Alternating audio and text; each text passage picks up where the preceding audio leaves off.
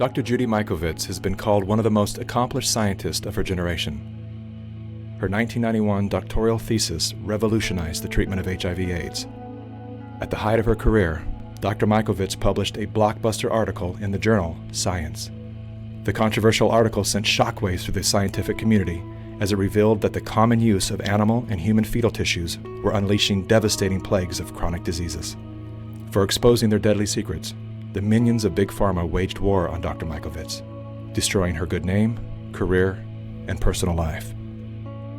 Now, as the fate of nations hang in the balance, Dr. Mikovits is naming names of those behind the plague of corruption that places all human life in danger.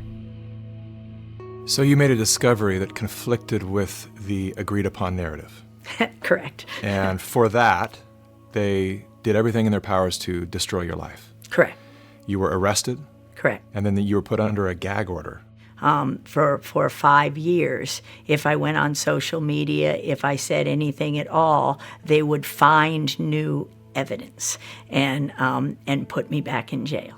And it was one of the few times I cried, and it was because I knew there was no evidence the first time. And when you can unleash that kind of force to force someone into bankruptcy with a perfect credit score, and so that I couldn't bring my 97 witnesses, which included the heads, Tony Fauci, Ian Lipkin, the heads of the public health in HHS, who would have had to testify that we did absolutely nothing wrong. And so what did they charge you with? Nothing. But you were in jail. I was held in jail with no charges. I was called a fugitive from justice. They searched my house without a warrant, literally terrorized my husband for 5 days. They said, if you don't find the notebooks, if you don't find the material, which was not in my possession but planted in my house. As if you took intellectual property from the laboratory.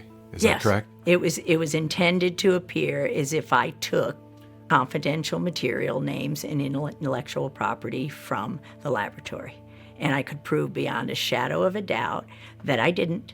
Heads of our entire HHS colluded and destroyed my reputation, and the Department of Justice and the FBI sat on it and kept that case under seal, which means you can't say there's a case or your lawyers are held in contempt of court. So you can't even get a lawyer to defend you. So every single due process right was taken away from me, and to this day remains the same. I have no constitutional freedoms or rights. Yet you sit here. I think a lot of people would probably have just taken the retirement out early, laid low, but you have decided to come forth when your gag order has been released to write a book called Plague of Corruption, Restoring Faith in the Promise of Science. And you are naming names. Absolutely. Apparently, their attempt to silence you has failed. And I have to ask, how do you sit here with confidence to call out these great forces and not fear for your life as you leave this building? Because if we don't stop this now, we can not only forget our republic and our freedom, but we can forget humanity, because we'll be killed by this agenda. So Anthony Fauci, My name is Dr. Tony Fauci. I'm the director of the man who is heading the Pandemic Task Force, was involved in a cover-up. He directed the cover-up. And in fact, everybody else was paid off, and paid off big time. Millions of dollars in funding from Tony Fauci's organization, National Institute of Allergy and Infectious Disease. These investigators that committed the fraud continue to this day to be paid big time by the NIAID. And the whole world is listening to his advice for how to handle this current pandemic. How do we know that what he's saying is what we need to be learning? What he's saying is absolute propaganda, and the same kind of propaganda that he's perpetrated to kill millions since 1984. We know from this study quite clearly that there will be a delay in progression significantly greater than for individuals who do not take the drug. It started really when I was 25 years old.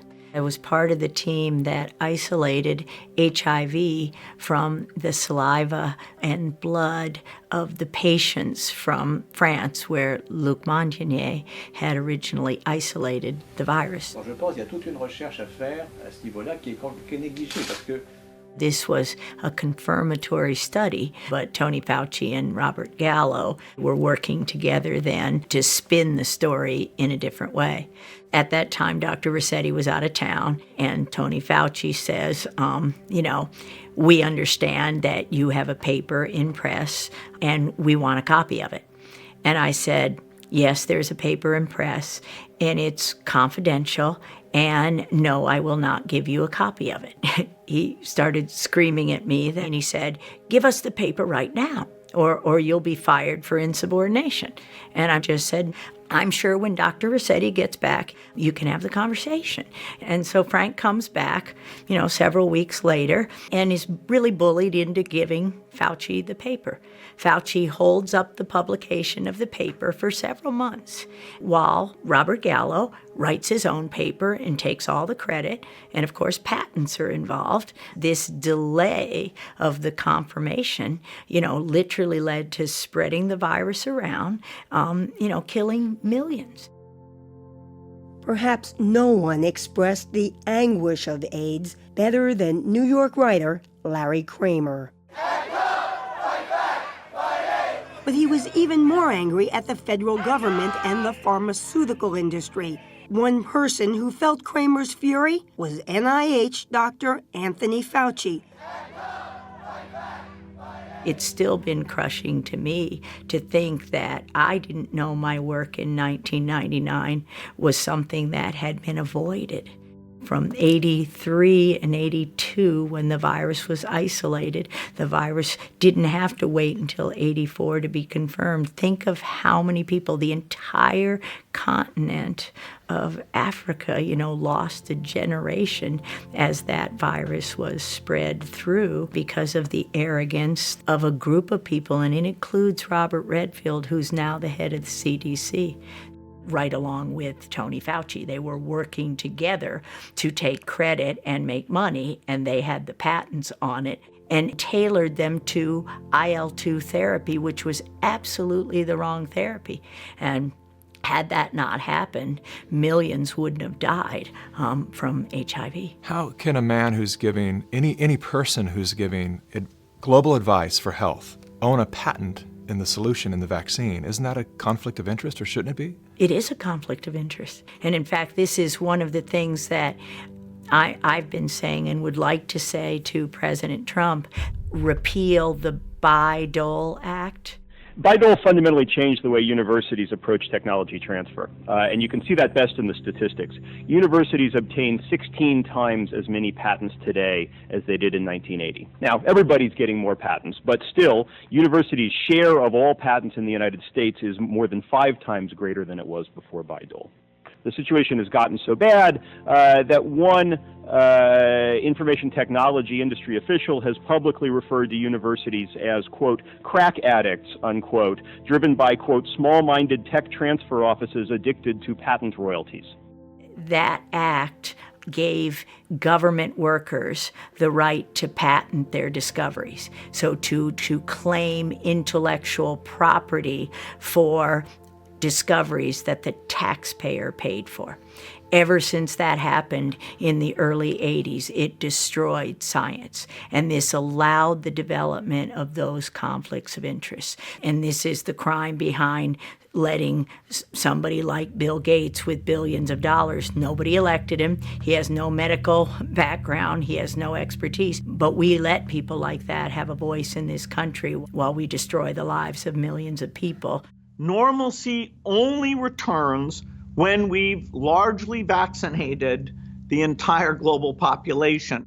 If we activate mandatory vaccines globally, I imagine these people stand to make hundreds of billions of dollars that own the vaccines. And they'll kill millions, as they already have with their vaccines. There is no vaccine currently on the schedule for any RNA virus that works. So I have to ask you, are you anti-vaccine? Oh, absolutely not. In fact, Vaccine is immune therapy, just like interferon alpha is immune therapy. So I'm not anti-vaccine. My job is to develop immune therapies. That's what vaccines are. Do you believe that this virus was created in a laboratory? I wouldn't use the word created, but you can't say naturally occurring if it was by way of the laboratory. So it's very clear this virus was manipulated, this family of viruses was manipulated and studied in a laboratory where the animals were taken into the laboratory, and this is what was released, whether deliberate or not. That cannot be naturally occurring. Somebody didn't go to a market, get a bat, the virus didn't jump directly to humans. That's not how it works. That's accelerated viral evolution. If it was a natural occurrence, it would take it up to 800 years to occur. This occurred from SARS-1 within a decade. That's not naturally occurring. And do you have any ideas of where this occurred? Oh, yeah. I'm sure it occurred between the North Carolina laboratories, Fort Detrick, U.S. Army Research Institute of Infectious Disease, and the Wuhan laboratory. $3.7 million flowed from the National Institutes of Health here in the U.S. to the Wuhan lab in China, the same lab where many people have said that this coronavirus infection first originated. We also now know that NIAID, the department associated with the National Institutes of Health, of which Dr. Anthony Fauci is in control, had already been conducting experiments with the Wuhan lab in the past in regard to coronavirus. If Dr. Anthony Fauci cannot be honest with the public about his connection to this lab, then Fauci has to go. In 1999, I was working in Fort Detrick in USAMRIID there, and my job was to teach Ebola how to infect human cells without killing them. Ebola couldn't infect human cells until we took it in the laboratories and taught him. It's hard to ignore the death tolls. People have been dying. They are dying from this in quite alarming numbers. How do you reconcile that? It's pretty easy when you see, for me, when you see what the government has done, and that is that they took, quoting Dr. Birx, we've taken a very liberal approach to mortality. If my husband were to die, who has COPD, his lungs have fibrosis, his lungs would look exactly like somebody with COVID-19 theoretically, but he has no evidence of infection. So if you're not testing and you don't have evidence of infection, and if you walked in there today, they'd call it COVID-19. And we hear this from the doctors and nurses who are upset. I've seen so many doctors online that have made their own webcam videos, just perplexed by the protocol that the CDC had given them. Well, last Friday, I received a 7-page document that sort of told me that if I had an 86-year-old patient that had pneumonia but was never tested for COVID-19, but sometime after she came down with pneumonia, we learned that she had been exposed to her son who had no symptoms, but later on was identified with COVID-19, that it would be appropriate to diagnose on the death certificate COVID-19. Why would they want to skew the number of deaths due to COVID-19?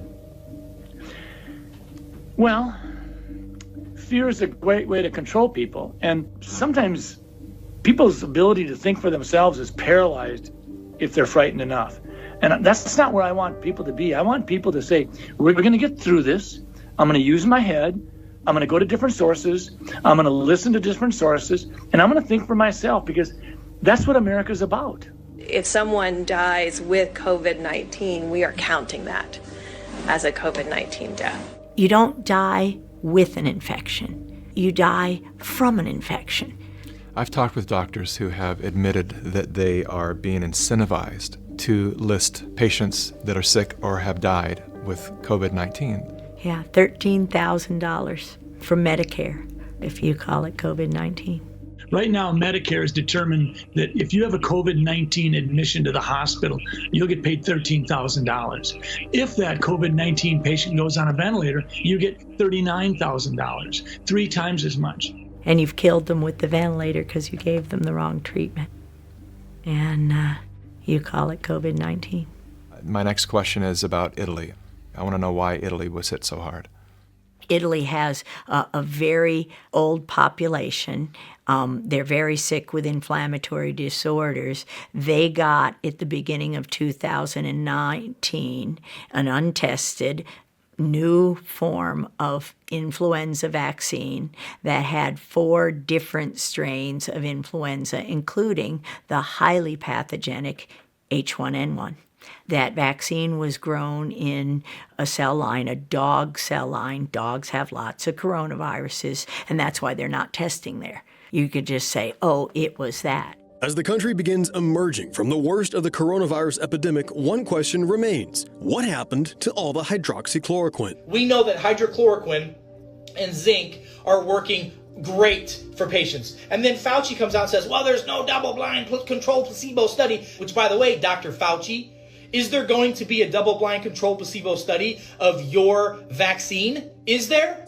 In a survey polling nearly 2,300 doctors in some 30 countries, hydroxychloroquine was ranked as the most effective medication to treat the virus. The AMA was saying, doctors will lose their license if they use hydroxychloroquine, the anti-malarial drug that's been on the list of essential medicine worldwide for 70 years. Dr. Fauci calls that anecdotal data. It's not storytelling if we have thousands of pages of data saying it's effective against these families of viruses.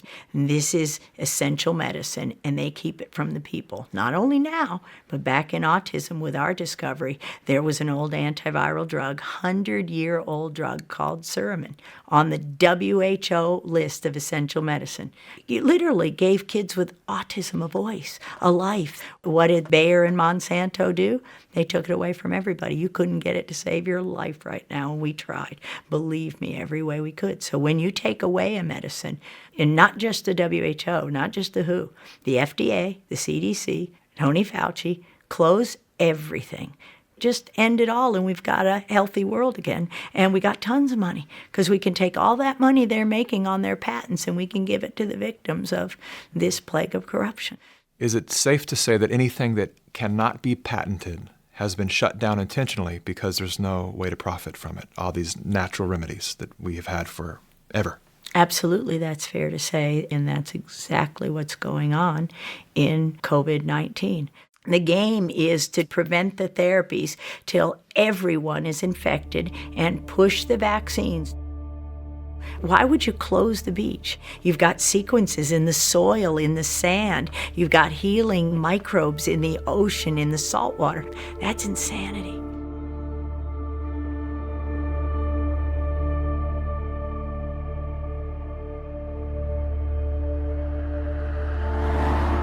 These institutions that are polluting our environment and our bodies, there was a time when they actually had to fight their own battles. But they've done such a great job at manipulating the masses that it's other people shutting down other citizens, and the big tech platforms follow suit and they shut everything down. There is no dissenting voices allowed anymore in this free country, which is something I never thought I would live to see. Nor would I, accept what I've experienced since 2011. It's beyond comprehension how a society can be so fooled that the types of propaganda continue to where they're just driving us to hate each other. You want to go to work Yes. and get this disease? I think the medical profession know what they're talking They've been about. wrong so far, ma'am. They've been wrong. I don't care. Hopefully, this is the wake-up call of all America to realize this makes no sense, and we win, because it will take down the whole program with information like this. And for me, it's the great news that the doctors are waking up and saying, wait a minute. You doctors that are watching this, and I see a lot of you right here, why are you not getting loud? I'm here to defend you. I'm here to defend my freedoms. I'm here to defend my family's freedoms, my patients' rights to choose what to do with their life. I'm just blown away. And I'm blown away why there are not more doctors like me talking about this all over the place. We should be banding together right now. You need to wake up, because your liberties are getting taken away from you, all because of fake news that's out there. This is wrong. People should be going to jail for this stuff. So it's not the scientists who are in any way dishonest. They're listening to people who for more than 40 years have controlled who gets funded, what gets published. And I'm sorry to say many, many people will simply take the money and the fame and that support things that absolutely aren't true. What do you say to the medical professionals that are just beginning to get a glimpse of the depth to which they have been misled and steered away from their oath to do no harm? I say forgive yourselves. It's the hardest thing to realize for all of us, and is that with all the best intention, we studied, we learned what we thought was the truth. We had no idea that the data that we were being told was true was not true. We've been taught now in our schools a very different science. You don't get funded if you don't speak the party line. You don't get published. That was probably the hardest thing for me to take, is understanding that scientific journals would twist a discovery that should have healed all. Will the scientific community have the courage to answer the question of whether these diseases might have been of their own creation? Thank you. So what we did pretty much ever since I got out of jail, we started an education company. We wake up doctors, and it's very difficult. But every doctor who realized they may have been part of the problem has now turned that around to march toward a better society and restore faith in the promise of medicine. That's all we can do. Well, Dr. Mikovits, thank you so much for your time. It's been a real honor to sit here with you, and particularly thank you for your courage. Thank you, Mickey. I appreciate it a lot.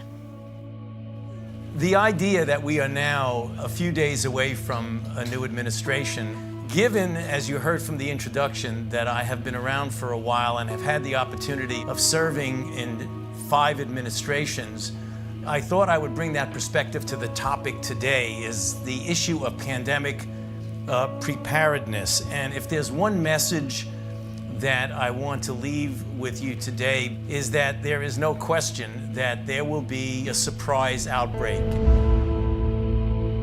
The thing we're extraordinarily confident about is that we are going to see this in the next few years. Thank you.